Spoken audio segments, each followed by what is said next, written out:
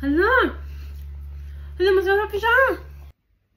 So, dahil kastanya season na ngayon, and may nakita akong kastanya sa grocery namin dito. So, bumili ako and itry ko siyang lutuin. So, yan. Maliit lang yung binili ko dahil hindi pa naman ako nakatry ng ganitong kastanyas dahil sa amin sa probinsya sa Pilipinas is wala namang mga ganito. But sabi nila masarap daw ito, so itry natin. Hinugasan ko na pala siya para makuha yung mga dumi-dumi. Syempre, hindi ito fresh at binili natin ito sa grocery. Alam, wala akong nakita ng mga kastanyas dito. So, sabi nila, hatian mo daw ito dito para madali siyang mabuksan. So, yan yung gagawin ko. And it's still off?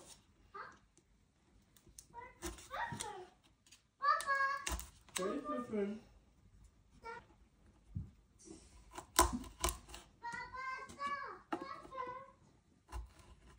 Kailangan din pala kapag i-open mo siya dito is kailangan maging maingat ka.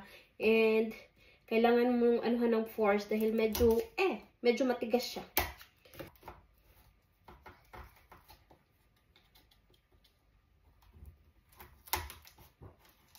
Big light. Oh, di pupo. Oh yeah. Oh yeah. Oh yeah. Pasensya na nagla ni pupo. Gusto gefallen?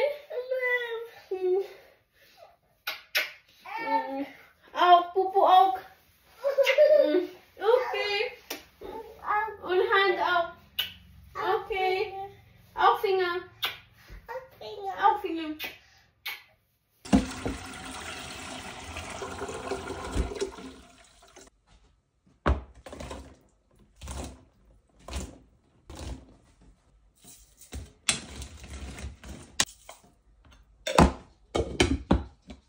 So, after ilang minuto, parang luto na ito siya.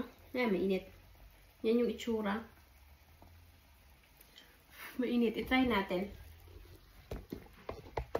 Sabi nila, ang lasa nito is para daw kamote na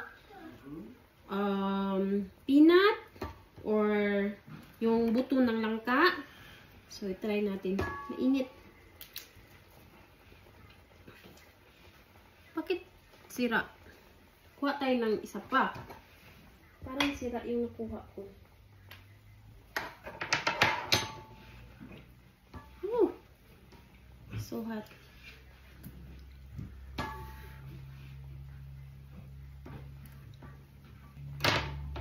So, itry natin. First time kong makatry nito. Dahil nga wala ito sa amin, sa probinsya sa amin, sa Pilipinas, sa Davao. Hala! Hala, masarap siya! Hala, very sweet! Ang tamis niya! Asin lang yung nilagay ko nito, pero very sweet siya. Hala, masarap pala to!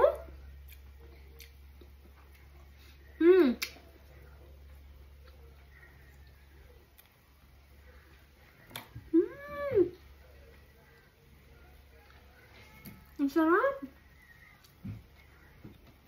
Yung lasa nga niya is the same doon sa liso ng langka kapag niluluto mo siya. Pero ito siya is mas sweet. Ang sarap. Parang yung kamuti. Parang siyang lasang kamuti.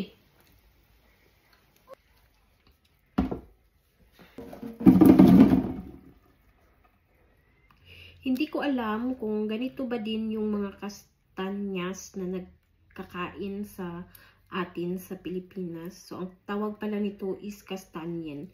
Parang na-overcook ko siya dahil inano ko siya.